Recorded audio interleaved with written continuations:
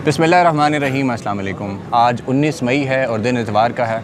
काफ़ी सारी हैपनिंग्स हो रही हैं मुल्क के अंदर, बड़ी इंपॉर्टेंट हैपनिंग है। आज एक NA-148 मुल्तान के अंदर ज़मनी इलेक्शन भी है, तो उसका नतीजा तो पिछली सूरत हाल को देखते हुए हमें पहले से ही पता है कि फॉर्म 47 जिंदाबाद। खैर, लेकिन इस वक्त मुल्क के अंदर एक बहुत इंपॉर्टेंट जो मामला दोबारा से पॉपअप हुआ है वो है इमरान खान के ख़िलाफ़ टेरियन वाइट का केस। ये केस पहले भी बड़ी दफ़ा सामने आता रहा है, काफ़ी दफ़ा इसके ऊपर फैसले हुए, अदालतों ने डिस्पोज ऑफ किया। लेकिन 2019 के अंदर ये केस जब दोबारा उठा, उसके बाद फिर इस्लामाबाद हाई कोर्ट में जब ये केस आता है 2022 गालिबन उसके अख्ताम के करीब इमरान खान के ख़िलाफ़ केस उठाया जाता है टेरियन वाइट वाला। तो इस्लामाबाद हाई कोर्ट के जजेस जो थे, टोटल 3 का बेंच था, 2 जजेस ने उस पर फ़ैसला दिया। वो फ़ैसला अपलोड भी होता वेबसाइट पे, लेकिन उसके बाद वो फ़ैसला गायब हो जाता है और पता चलता है कि चीफ़ जस्टिस आमिर फ़ारूक जो हैं इस्लामाबाद हाई कोर्ट के, वो जो हैं वो शायद इख्तलाफ कर रहे थे इस चीज़ से, या कोई मामला ऐसा हुआ। तो उसकी तफसीलात जो हैं वसीम मलिक मेरे साथ मौजूद है, सुप्रीम कोर्ट के रिपोर्टर, इनसे जान लेंगे। लेकिन अभी एक बड़ा अहम बयान नजम सेठी साहब, पाकिस्तान के सीनियर सहाफ़ी कंसीडर होते हैं, उन्होंने प्रोग्राम के अंदर गुफ्तगू की है और बड़ी अजीब किस्म की, वल्गर किस्म की गुफ्तगू, यानी नेशनल TV पर बैठ के ज़िना के मामले पर बातचीत की और दावा कर दिया कि इमरान खान का DNA जो है वो टेरियन वाइट से मैच कर गया और इमरान खान के ऊपर ज़िना का केस बनता था, लेकिन सिर्फ एक केस बनाया गया, यानी बेटी छुपाने का केस बनाया गया। इस हवाले से वसीम मलिक से पूछ लेते हैं। वसीम साहब, ये पहले तो थोड़ा सा केस के ऊपर बात हो जाए ना। ये केस जिस तरह से अचानक दोबारा से समाअत के लिए लग जाता है और 3 रुकनी बेंच बन जाता है और इस बेंच में चीफ जस्टिस शामिल नहीं है, ऐसा मुमकिन है कि एक केस जिसके बारे में ऑलरेडी ये फैसला हो चुका था, केस वेबसाइट पर भी आ चुका था फैसला, वहाँ से उड़ जाता है और मुबैना तौर पर 6 जजेस का जो ख़त आया, जो मामलात हुए, जो रोला बना इस्लामाबाद हाई कोर्ट में, या जो खतूत लिखे गए जजेस की जानिब से, उन सब की बुनियाद यही केस बना था। और अब नजम सेठी की तरफ से इतनी बड़ी खबर आना, पिछले 2 साल ये साबित करते हैं नजम सेठी जो बात करते हैं ना, उसमें कोई ना कोई एसेंस होती है, कोई कुछ पीछे चल रहा होता है। आप इसको किस नज़र से देख रहे हैं? अच्छा, देखिए उबैद साहब, इस केस की ना पूरी एक तारीख़ है। आप इसे इस्लामाबाद हाई कोर्ट के इस मामले से ना लीजिए, आल दो कि ये मामला बड़ा अहम है। ये बुनियाद था इस्लामाबाद हाई कोर्ट के इन 6 जजेस के ख़त की।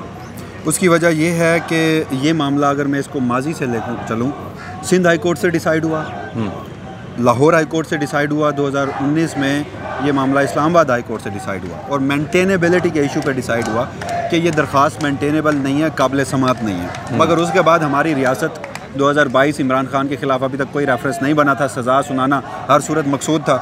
ये केस सुनाया गया, ये केस सुनाया गया। एडिशनल अटॉर्नी जनरल दरख्वास्त गुजार का वकील था इस्लामाबाद हाई कोर्ट में। दरख्वास्त गुजार का नाम कोई नहीं जानता, उसे कोई देखता नहीं है, वो अमेरिकन अदालत से मुसद्दका नकूल फ़ैसले की लेकर आ जाता है। यहाँ आप पाकिस्तान में जाइए और ज़रा अपनी, आपका जो एक छोटा सा कोई डॉक्यूमेंट होगा या कोई एक छोटी सी आपकी ऐसी चीज़ होगी जो आप लेने के लिए अहल हैं, आपको उसके लिए पता नहीं कितने चक्कर, कितनी रिश्वत और कितना क्या कुछ। अमेरिकन अदालत से वो लेकर आया, बेंच बना, 3 रुकनी bench, justice Mohsin Akhtar Kiani, justice Arbab Mohammad Tahir और जस्टिस मोहसिन अख्तर कियानी, जस्टिस सरदार गुलाम इसहाक और उसके साथ आमिर फ़ारूक साहब। केस का जो मेंटेनेबिलिटी के इशू पर फैसला है वो महफूज हो जाता है। एज़ यूजुअल आमिर फ़ारूक नहीं सुना रहे होते, दोनों जजेस अपना फ़ैसला लिख देते हैं, आमिर फ़ारूक साहब नहीं लिख रहे होते। दोनों जजेस एक रोज़ फैसला वेबसाइट पर अपलोड कर देते हैं, आमिर फ़ारूक साहब बाद में उसे उड़वा देते हैं और बाद में कहते हैं कि बेंच टूट गया, दोबारा से बेंच की तश्कील होगी। बाद में जब ये जजेस खत लिखते हैं तब जाकर असल पूरा एक साल, इस दौरान पूरा 1 साल गुजर गया, हो गया। ये बुनियाद बना था इख्तलाफात की। देखिए, 2 जजेस ने खत लिखकर अपने फैसले में नॉन मेंटेनेबल करार दिया था। इस्टेब्लिशमेंट को कैसे पता कि इन 2 जजेस ने नॉन मेंटेनेबल करार दिया? आमिर फ़ारूक को ही पता होगा ना। बिल्कुल। इन 2 जजेस के ख़िलाफ़ दबाव का आगाज़ हुआ कि इन 2 में से किसी एक को तोड़ा जाए और किसी एक से फ़ैसला बदलवाया जाए। एक जज के बहनोई को उठा लिया गया, एक जज को इतना प्रेशराइज़ किया गया कि वो इस्लामाबाद के एक निजी अस्पताल में 2 रोज़ पड़ा रहा। इन्हीं में से एक जज का वालिद भी तो उठाया गया था। वो गालिबन कोई और वाक़या था, लेकिन इन 2 जजेस के साथ बीती सूरत हाल में बता रहा हूँ। लेकिन इन जजेस ने अपना माइंड तब्दील नहीं किया। तब से ये सारे मामला चलते आ रहे थे। अब दोबारा से इस केस को समाअत के लिए मुकर्रर कर लिया गया। लेकिन मैं अब भी आपको बता दूं, कुछ भी हो जाए, कुछ भी हो जाए, कुछ भी हो जाए, शायद अब इस्लामाबाद हाई कोर्ट ने इस मामले को डिसाइड करना है वंस फॉर ऑल। देखिए, वो तो नज़र आ रहा है करना है। मेरा सवाल ये है, नजम सेठी पिछले 2 साल का ट्रैक रिकॉर्ड अगर देखा जाए, नजम सेठी जो खबर देते हैं ना, जो इतला या धमकी या कुछ भी कह लें, भाईजान वो साबित होती है बाद में। पिछले 2 साल का ट्रैक रिकॉर्ड है उनका।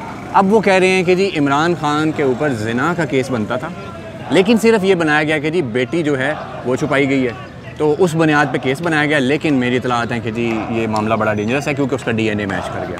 अच्छा देखिए, इससे कबल भी इमरान खान के ऊपर बुशरा बीबी वाले केस में भी पहले तो इद्दत में निकाह का केस था, उसमें ट्रायल में पूरी कोशिश की गई प्रोसिक्यूशन की जानिब से कि जब निकाह ख़त्म हो तो ज़िना साबित किया जाए।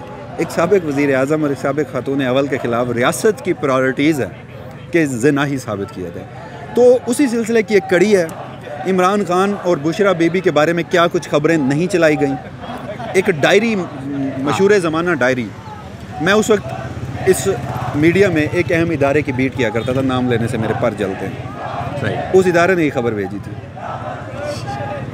सही, ऑडियंस भी जानते होंगे, तो डायरी वहीं से आई थी। तो अब ये जो नजम सेठी साहब बता रहे हैं कि ज़िना वाला केस के भाई उस पर ज़िना का केस बनता है जो कि इस्लाम और अच्छा नजम सेठी कह रहे हैं कि जो कि हमारे माशरे में और इस्लाम के मुताबिक हराम है, गलत है कि शादी के बगैर आपने नजम सेठी साहब अदालत है, नजम सेठी साहब अदालत हैं, लेकिन नजम सेठी साहब पैगम्बर तो हैं ना, उनके पैगाम दे रहे हैं। इस मुल्क में अदालतों ने इंसाफ करना है जैसा तैसा। मेरा पहले दिन से मौक़िफ़ था कि इमरान खान को जब उन्होंने ज़ेबा चौधरी के ख़िलाफ़ एक बयान दिया था F9 पार्क में, तो मेरा तब से एक मौक़िफ़ था कि देखिए, अगर पाकिस्तान की जुडिशरी वैसा करती जैसी आपकी रियासत इस वक्त चाहती है, तो शायद इमरान खान और पाकिस्तान तहरीक इंसाफ का नामो निशान मिट चुका होता। मतलब जो बचा हुआ है वो जुडिशरी की मज़ाहमत। At the end of the day अदलिया को फैसला देना पड़ता है। तो अब भी पाकिस्तान की जुडिशरी इससे कबल भी 3 मरतबा डिसाइड कर चुकी कि ये नॉन मेंटेनेबिलिटी का केस है, तो चौथी बार भी हो जाएगा। नहीं, बहुत सारे केसेस में फ़ैसला देख लेना। इद्दत वाला केस आपके सामने है, साइफ़र केस आपके सामने हैं, तोशा खाना के ऊपर 2 केस ऑलरेडी हो चुके हैं और सुना है कि 2, 4, 6 तो और बनने वाले हैं उसके ऊपर। तो कौन बनाएगा, कौन चलाएगा? अदलिया ही करेगी ना। देखिए इस्लामाबाद इमरान खान अडियाला जेल में बैठकर जिस तरह के बयानात दे रहे हैं, और फिर DGISPR की प्रेस कॉन्फ्रेंस के बाद जिस कदर पाकिस्तान तहरीक इंसाफ अपने बयानिए पर पहुँच चुकी है, जिस खतरनाक सूरत हाल पर वो पहुँच चुकी है, तो आप अभी भी चाहेंगे कि इमरान खान के लिए या पाकिस्तान तहरीक इंसाफ के लिए मामला बेहतर होंगे। Eight the end of the day तमाम जो लिटिगेशन है वो अदालतों से करनी ही पड़ेगी। तो मतलब आपका ख्याल ये है कि अब अदालतें जो हैं वो उस स्क्रू से निकल आई हैं जो स्क्रू उनके खिलाफ टाइट हुआ था। और ये रिसेंटली जो 8-10 प्रेस कॉन्फ्रेंस हुई हैं उसमें शायद आपने एक नुक्ता नोट नहीं किया, मैंने उनको दोबारा सुना। हर एक प्रेस कॉन्फ्रेंस करने वाली प्रॉक्सी, चाहे वो आज़ाद कबीले की थी या किसी सियासी जमात की, उसने एक ख़ास जुमला बोला कि ये जजेस का ख़त जो है उस पर तो बड़ा हवा मचाया गया, सू मोटो भी ले लिया गया, लेकिन ज़िले अदलिया का एक जज ख़त लिखता है इन्हीं जजेस के ख़िलाफ़, उस पर क्यों नहीं बोलते? ये क्या खेल? वो ख़त G11 जुडिशल कम्प्लेक्स से इस्लामाबाद हाई कोर्ट के लिए रवाना हुआ था। गालबन 1 महीना होने को है, 1 महीना नहीं तो 15 दिन होने को है। आप जिस ख़त की गालबन इशारा दे रहे हैं, वो जो हमारे दिफाई रिपोर्टर ने उस खबर को ब्रेक किया था। हाँ, दिफाई रिपोर्टर ने अदालती खबर को एक्सक्लूसिव बनाकर रिपोर्ट किया था। वो ख़त अभी तक इस्लामाबाद हाई कोर्ट में पहुंचा क्यों नहीं है? तो उस पर शोर तो वो मचा रहे हैं प्रेस कॉन्फ्रेंस करने वाले सारे कि जनाब इसके ऊपर करें। तो वो अब सुप्रीम कोर्ट में 2 को तो बुला लिया गया है।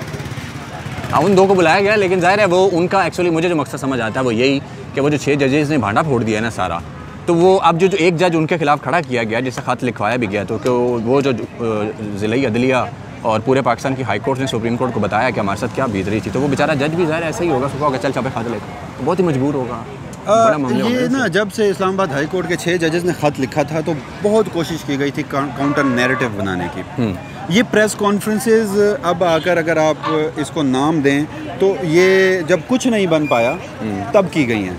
वकला बाकी मातहत अदलिया उनसे ख़त लिखवाना कि ख़त का जवाब ख़त में दिया जाए। गालबन को एक ख़त हाथ आया लेकिन वो इसमें काम का नहीं था। देखिए उस ख़त में क्या था कि जी खिलाफ मेरिट मनपसंद लोगों की तकर्रियाँ और तबादले की है, तरक्कियाँ दी हैं जजेस को। जस्टिस मोहसिन अख्तर कियानी ने को फंड्स का भी इल्ज़ाम था मेरा ख्याल है। हाँ, कि कोई फंड्स का इस्तेमाल कर ये किसी ने इन्हें डफर कहा था।